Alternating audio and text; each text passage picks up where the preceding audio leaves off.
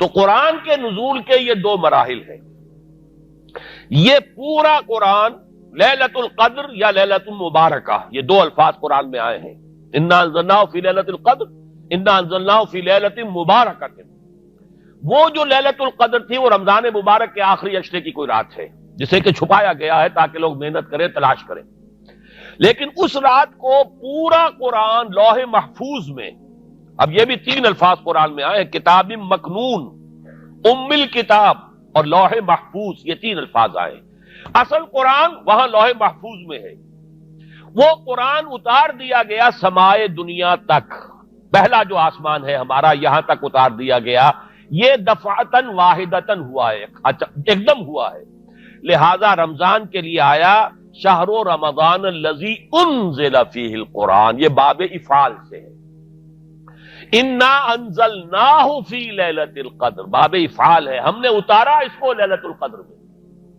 انا انزلناہ فی لیلۃ مبارکۃ، ہم نے اتارا اسے ایک مبارک رات میں.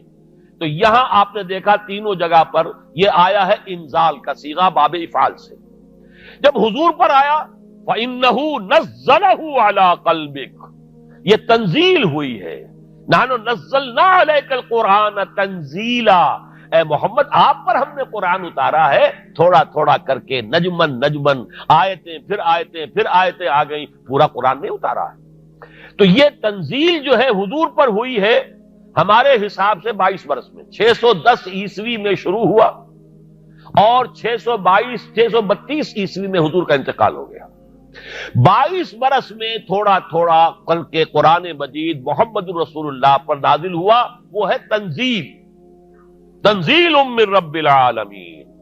لیکن جو حضور پر تو اترا ہے وہاں سے سمائے دنیا سے جبرائیل لاتے رہے، لیکن یہ کہ یہ پورا سمائے دنیا پر دفعتن واحدتن، جملتن واحدتن، پورا قرآن جو ہے لوح محفوظ سے یا کتاب مکنون سے یا ام الکتاب سے لا کر اتار دیا گیا. یہ ہے انزال. شہر رمضان الذی انزل فیہ القرآن.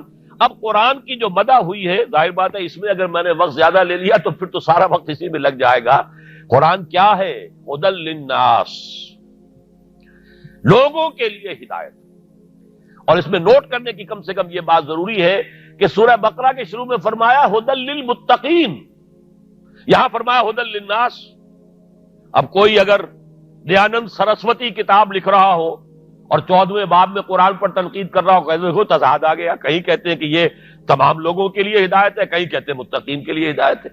لیکن اس کا مفہوم سمجھنا چاہیے. قرآن اپنی جگہ پر ہدی للناس ہے، تمام انسانوں کے لیے ہدایت، ہر دور کے انسانوں کے لیے ہدایت ہے، مکمل ہدایت. آج کا بڑے سے بڑا فلسفی، اور اگر ابھی دنیا کی عمر ہے 1000 برس تو اور 1000 برس بعد کے بعد کا بھی جو بڑے سے بڑا فلسفی ہوگا اس کے لیے بھی ہدایت قرآن میں ہے.